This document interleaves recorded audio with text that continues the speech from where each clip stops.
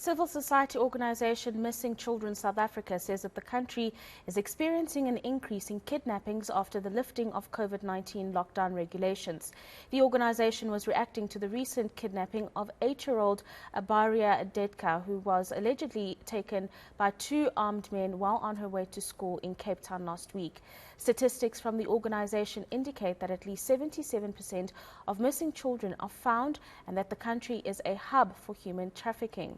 Let's discuss this further with the organization's South Africa coordinator, Bianca van Aswegen. Thank you very much for your time this evening, Bianca.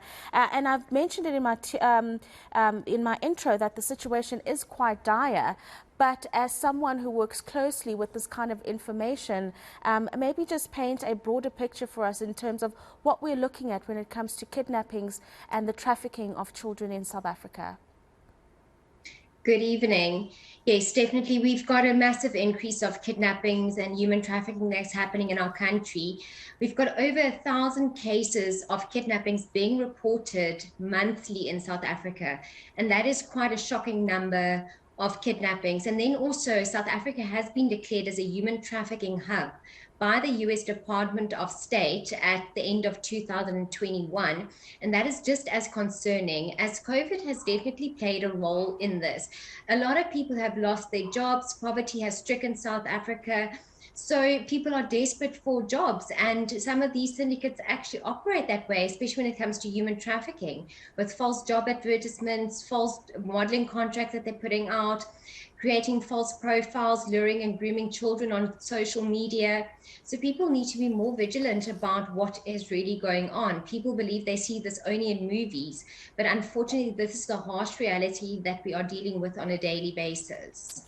Some of the reports that I've read also indicate, and this may sound very trivial in the grander scheme of things, that it's important for everybody or all related stakeholders to understand that there is actually a difference between the kidnapping of a child and, of course, the human trafficking of a child.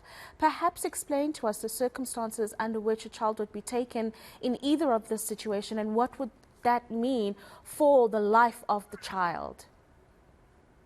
Definitely. So if we look at kidnapping specifically, we've got different types of kidnappings. Just to name a few, we've got ransom demand kidnappings that are happening. We've got opportunistic kidnappings, family and parental abductions, kidnappings for traditional medicine purposes. So this is where it's a child or a person that will be taken for specific use, within, for instance, with a ransom demand that is demanded from the family when a child has been taken. And then also human trafficking falls under kidnappings. But if we look at human trafficking specifically, we've got sexual exploitation, forced labor, illegal adoptions, organ trafficking. So human trafficking basically is when a person or a child is taken and physically sold for a specific purpose. As I mentioned, sexual exploitation, forced labor, illegal adoptions, organ harvesting. So they are basically used as a commodity to be sold, to used for something specific.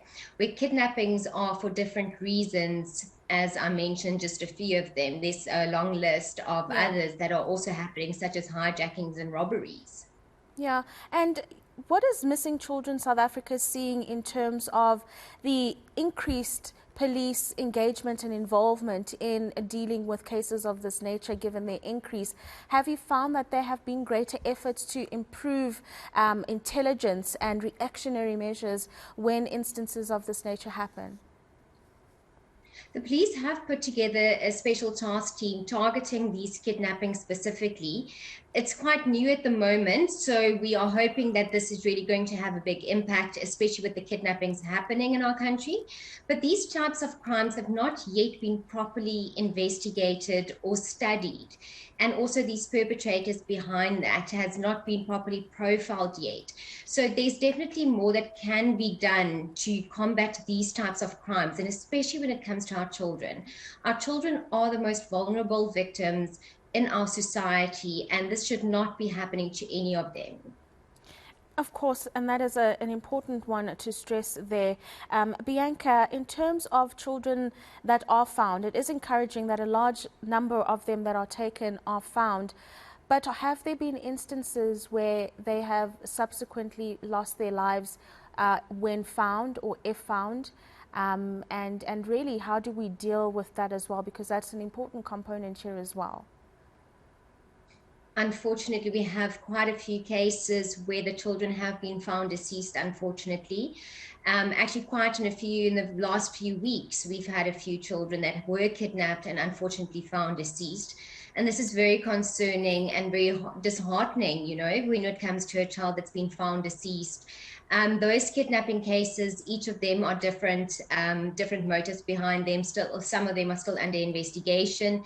But those children that have been found alive, I mean, going through a situation where a child has gone missing, not knowing where they are, the family also suffers. So it's definitely important to look into getting the trauma counseling after, for the family as well as the child, because it could be very traumatic, that what they went through. So it's very important to get the proper and the necessary assistance afterwards, because it could have a massive influence in their life forward.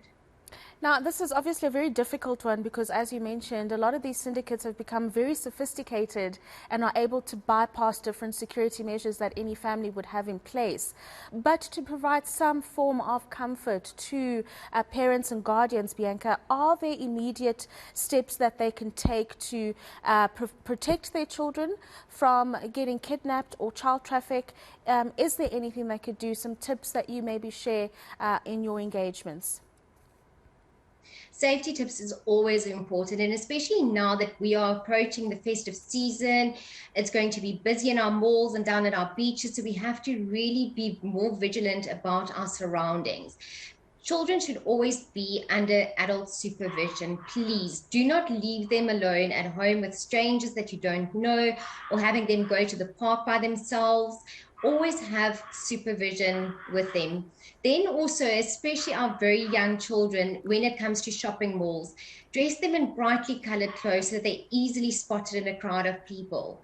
You get these clasps that these app sailors use. I do suggest that people get that for their young children when they put them in a trolley, to clip that onto their pants, onto the little zip on the pants and onto the trolley. Secure them in the trolley, know that someone cannot just grab and run with them. But if possible, please leave them at home under trusted supervision. It's much more safer that way, but please, we need to keep a watchful eye over our children, make sure they are kept safe and with people that are being trusted.